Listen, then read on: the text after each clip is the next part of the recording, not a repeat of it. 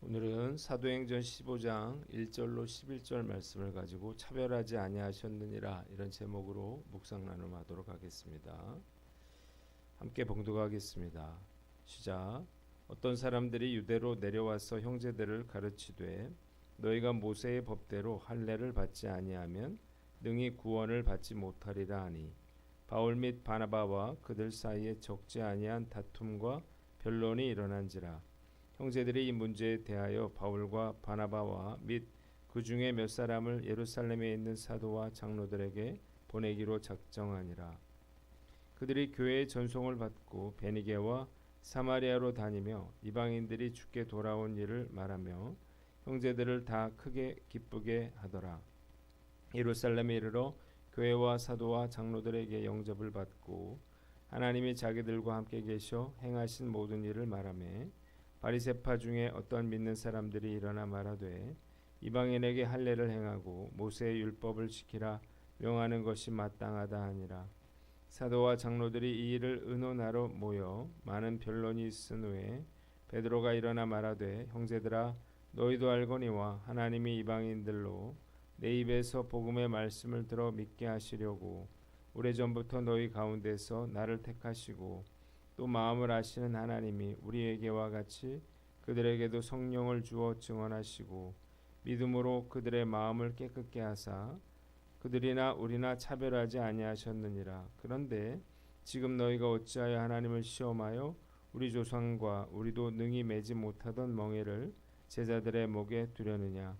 그러나 우리는 그들이 우리와 동일하게 주 예수의 은혜로 구원받는 줄을 믿노라 하니라. 아멘. 받지 못하리라 그랬습니다. 사도 바울과 바나바가 성공적으로 1차 전도 여행을 마치고 돌아왔습니다. 그들은 돌아와서 간증을 하고 하나님께서 하신 일들을 찬양했습니다. 그러나 모든 사람들이 다 이를 기뻐했던 것은 아니에요. 이 일에 대하여, 그러니까 이방인이 구원받는 일에 대해서 좋지 않게 생각하고 반대하고 시기하는 그러한 무리들이 있었습니다. 이들은 유대로부터 내려온 자들이었습니다. 이 사람들은 유대인 신자들로 율법적인 전통과 그리고 선민의식에 사로잡혀 있던 사람들이었습니다. 바울과 바나바의 전도를 통해서 많은 이방인들이 예수님을 믿게 되면서 이들은 이방인들이 유대인화되지 않고 구원받는다고 하는 것을 도저히 인정할 수가 없었습니다. 그래서 안디옥 교인들에게 예수를 믿으려면 예수를 믿더라도 구원받기 위해서는 반드시 할례를 받아야 한다. 그렇게 주장한 것입니다. 이 일로 인해서 바울과 그들 사이에 큰 다툼과 변론이 일어났습니다. 이것은 바울 일행의 이방인 선교는 물론 할례 없이 믿음으로 구원에 동참한 안디옥 교회의 존재를 부정하는 그러한 심각한 사안이었기 때문입니다. 이 안디옥 교회는 이 사안을 예루살렘 총회에 상정하기 위해서 대표단을 파송하게 됩니다. 자, 이들은 구원받기 위해서는 예수님을 믿는 믿음만으로는 부족하다. 그래서 할례를 받아서 율법을 지켜야 한다. 이렇게 주장한 거죠. 결국 이 문제는 자연히 오직 믿음으로 구원받으며 구원은 전적으로 은혜로 주어지는 하나님의 선물이라고 하는 이것을 주장하는 바울과 저들 사이에 심각한 그러한 분쟁을 일으키게 됩니다. 이러한 유대인 기독교들의 문제 제기는 단순히 이방인의 할례 문제를 넘어서 근본적으로 이방인도 복음으로 구원받을 수 있는가라고 하는 그러한 문제를 결정하는 그러한 사안이었습니다. 이 안디옥 교회는 바울과 바나바와 다른 몇 사람들을 예루살렘으로 보내서 사도들과 장로들이 이 문제에 대해서 어떻게 생각하는지를 알아보게 한 것입니다. 구약 시대에는 할례가 하나님의 백성이라고 하는 그런 의미가 있었지만 하나님의 아들 예수 그리스도께서 십자가에 죽으시고 부활하신 후에는 이 할례가 아무런 의미가 없는 것이 되었습니다. 해도 좋고 아니어도 상관이 없게 된 거죠. 예수 그리스도께서 할례의 마침이 되셨기 때문입니다. 자, 예수님이 우리를 위해서 돌아가심으로 단번에 영원한 그러한 제사를 드리셨죠. 그래서 하나님의 구원을 완성하셨습니다. 그렇기 때문에 누구든지 예수를 믿기만 하면 할례를 받지 않아도 구원받을 수 있는 길이 열린 것입니다. 그런데 유대인들은 또다시 이들에게 율법을 강요함으로써 그들을 극한 혼란에 빠뜨립니다. 단순히 할례가 할례의식이 아니라 율법 전체를 상징하는 것이기에 예수님을 믿어도 이 율법을 지키지 않으면 구원받지 못한다는 결론에 이르게 된 것입니다. 본문이 우리에게 주는 교훈이 있는데 부흥이 일어나는 곳에 사단의 방해가 있음을 알아라는 것입니다. 자, 사도 바울과 바나바가 성공적으로 1차 전도 여행을 마치고 돌아와서 간증을 하고 하나님께서 행하신 일들에 대해서 찬양할 때에 얼마나 기쁘고 감사했겠나요? 자, 그러나 마귀는 순순히 물러서지 않고 반격을 준비했습니다. 할례 문자로 바울의 전도 여행뿐만 아니라 안디옥 교회 그 존재 자체를 부정하려고 하는 그런 엄청난 계획을 세우고 있었던 것입니다. 바울의 전도로 이방인들에게 지금 성령의 불이 일어나고 있는데 그에 맞서 이 성령의 불을 끄려고 하는 반대자들도 일어나고 있었던 거죠. 이 교리 논쟁을 통해서 지금까지 예수 믿고 돌아온 이방인들 전체가 구원받을 수 없다고 하는 그러한 심각한 상황에 처하게 된 것입니다. 신앙생활을 잘 해보려고 할 때, 또 한번 교회 열심히 한번 다녀보려고 할 때, 교회 나가서 성경 공부를 하려고 할 때 종종 시험에 드는 그러한 경우가 많이 있습니다. 아이가 다치거나 몸이 아프거나 집안에 문제가 생겨서 초신자들이 겁을 먹고 지레 포기하게 되는 거죠. 근데 여기서 포기하면 그냥 원점에서 항상 그렇게 맴돌게 됩니다. 몇십 년 다녀도 신앙이 자라지 못하는 거죠. 교회도 마찬가지입니다. 교회에 성령의 역사가 나타나면 마귀들이 얼마나 무섭게 달려들어서 시험거리를 만드는지 모릅니다. 마귀는 교회가 부흥하지 못하도록, 성령이 역사하지 못하도록 온갖 수단과 방법을 가리지 않는 것입니다.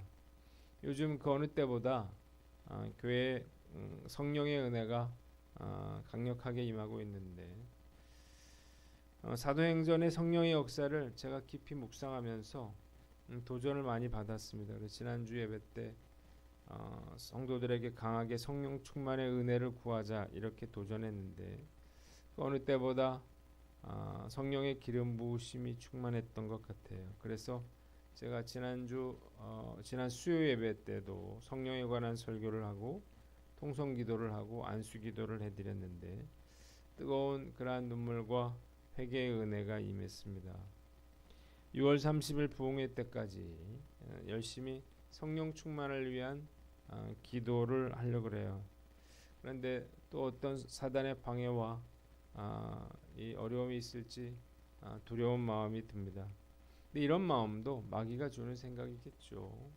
역으로 방해와 시험이 있다면 큰 부흥의 역사가 일어난다고 믿어야 할 것입니다. 부흥이 일어나는 곳에 사단의 그러한 역사도 일어난다라고 하는 사실을 깨닫고 미리 대비하여 그 어떤 때보다 열심히 기도할 것을 다짐해 봅니다.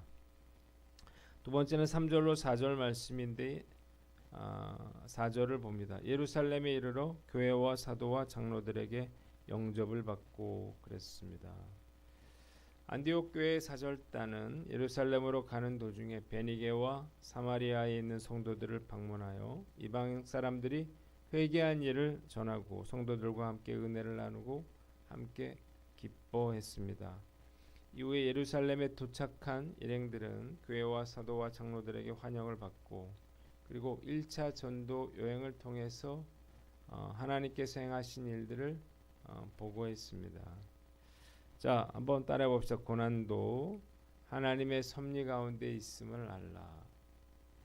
자, 바울이 이 할례 문제를 해결하기 위해서 안디옥 교회 대표로 예루살렘을 방문하게 됐는데 이 일로 인해서 이 사도 바울이 명실상부한 초대교회의 지도자로 자리매김을 하게 됩니다. 사실 예루살렘 교회는 바울에 대해서 의심과 두려움을 가지고 있었죠. 예수 믿는 자들을 가장 극렬하게 핍박하던 자가 바로 바울이었기 때문입니다. 그러나 이 1차 전도 여행을 통해서 이런 의혹은 말끔히 제거되었습니다. 그들은 주님께서 행하신 일들에 대해서 소문을 들어서 이미 알고 있었죠. 그래서 이 바나바와 바울을 극진히 이 예루살렘 교회 사도들과 장로들이 영접해 준 것입니다. 이것은 이제 바울이 완전한 교회의 일원이 되었다는 것을 의미하고 그의 이방인 전도 사역이 예루살렘 교회로부터 인정받았다고 하는 것을 의미하는 것입니다. 과거 바울이 교회를 핍박한 행위는 그리스도 안에서 용서받고 이제 그는 당당한 교회의 일원이 된 것입니다. 무엇보다 이 사건은 바울이 제자들로부터 사도로 인정받는 귀한 계기가 됩니다. 다른 제자들과 달리 사울은 예수님을 직접 만난 적이 없죠. 단지 다메섹 도상에서 사울아 사울아 어찌하여 내가 나를 핍박하느냐 물으시는 그 주님을 환상 중에 만난 것뿐입니다. 그러나 이번 할례 논쟁을 통해서 그는 확실하게 예루살렘 교회의 인정을 받는 그러한 사도가 됩니다. 이것은 이후에 바울의 사도직에 대한 의심을 불신시키는 데 있어 크나큰 역할을 하게 됩니다. 믿음의 사람들이 겪는 고난과 어려움은 하나님의 섭리 가운데 큰 유익으로 돌아오게 되는 것입니다. 우리는 아무런 일도 일어나지 않게 해달라 이렇게 기도를 올려드리는데 사실 이런 기도는 가능하지도 않고 바람직하지도 못한 것입니다. 오히려 문제가 해결되면요 기대하지 않았던 그런 놀라운 축복도 누릴 수 있게 되는 것입니다. 저는 이 사실을 잘 알고 있는데 저에게 일어나는 모든 일이 다 하나님의 계획과 섭리 가운데 있음을 믿고 어려운 일이 생겨도 하나님을 원망하거나 또 두려워하지 말아야 할 것입니다. 오늘 나는 어떤가 스스로를 돌아보고 어려운 일이 있더라도 우리가 주님께서 예비하신 축복을 기대하며 사도 바울처럼 담대히 믿음으로 고난을 이겨나가는 저와 여러분들 되시기를 주님의 이름으로 축원합니다. 마지막으로 5절로 11절 말씀인데 11절을 봅니다. 우리는 그들이 우리와 동일하게 주 예수의 은혜로 구원받는 줄을 믿노라 그랬습니다. 그런데 바리새파에 속해 있다가 신자가 된 사람 몇이 일어나 이방인들도 할례를 받아야 하고 모세 율법을 지키라 이렇게 명령해야 한다 이렇게 주장을 합니다. 그러자 사도들과 장로들이 이 문제를 의논하기 위해서 모였습니다. 많은 토론이 있은 후에 베드로가 일어나서 자신이 이방인 고넬료에게 복음을 전했던 일에 대해서 말합니다. 하나님께서 자신을 택하셔서 할례 받지 아니한 이방인들이 복음의 말씀을 듣고 믿게 하셨고 그들에게도 성령을 부어 주셔서 그들을 인정하시고 깨끗하게 하시고 아무런 차별을 두지 않으셨는데 왜 우리도 감당할 수 없는 멍에를 그들에게 지우고 하나님을 시험하느냐는 것입니다. 그는 결론적으로 유대인이든 이방인이든 오직 주 예수 그리스도의 은혜로 구원받는다 이렇게 강력하게 주장하고 있는 것입니다. 한번 따라해 봅시다. 율법주의에 빠지지 않도록 주의하라. 율법이 아니라 예수 그리스도의 은혜로 구원받는다고 하는 사실을 우리는 결코 잊어서는 안 되는 것입니다. 내가 뭘 행했기 때문이 아니라 예수님께서 나를 위하여 십자가에 못 박혀 죽으심으로 우리가 값없이 구원받게 된 것입니다. 물론 바리새파 유대인들의 마음이 전혀 이해가 되지 않는 건 아니에요. 자기들은 할례를 받고 율법을 지켜 구원받았다 이렇게 믿고 있는데 할례 받지 않은 유대인들이 이방인들이 율법도 제대로 지키지 않으면서 구원받았다고 말하는 것 이것을 받아들일 수가 없었던 것입니다. 신앙 연수가 오래되고 말씀에 대해 많이 배우고 엄격하고 철저한 경건 생활을 하는 사람일수록 형식적이고 율법적인 그러한 신앙 생활에 빠질 수 있습니다. 자기도 모르게 그렇게 살지 못하는 사람들을 판단하고 정죄할 수가 있기 때문입니다. 교회마다 좀 화가 나 있어 보이는 분들이 있는데 대개는 중직자들이에요. 아마도 그 교회에서 가장 열심히 신앙생활하는 분들일 것입니다. 하루에 몇 번 기도하고 또 몇 번 금식하고 많은 금액을 헌금하는 것보다 더 중요한 것은 사랑의 마음을 갖는 것이겠죠. 사랑의 마음이 없다면 모든 것이 다 의미가 없어지는 것입니다. 어느 날 프랜시스가 섬기는 수도원에서 금식 기간 중에 누군가 죽을 훔쳐 먹자 프랜시스의 제자들이 열을 울리면서 붕괴했습니다. 이런 괘씸한 자가 있나. 이 모습을 보던 프랜시스가 이야기를 했어요. 얘들아, 죽을 가져와라. 같이 먹자. 제자들이 물었습니다. 선생님, 금식 중에 죽을 먹다니요. 그래도 됩니까? 그러자 프랜시스가 이렇게 이야기했습니다. 얘들아, 죽 먹은 사람을 정죄하다가 있던 은혜도 다 없어지겠다. 함께 죽을 먹고 다 하나가 되자 그랬다는 거예요. 금식을 하는 것은 하나님께서 기뻐하시는 일이지만 이런 행위로 인해서 누군가를 정죄하고 판단하게 된다면 그것은 외식하는 행위가 되는 것입니다. 그렇다 그러면 차라리 금식하지 않은 것이 나을 것입니다. 나이를 먹고 신앙 연수가 늘어나면 저절로 온유해지고 사랑이 많은 사람이 될 줄 알았는데 오히려 그 반대라고 하는 사실을 깨닫게 됩니다. 참을성이 없어지고 이기적이 되고 또 욕심이 사나워지는 것 같아요.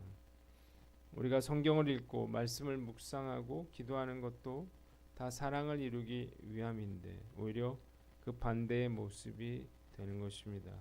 깨어있지 않고 주의하지 않으면 우리도 바리새파 유대인들처럼 얼마든지 될 수 있을 것입니다.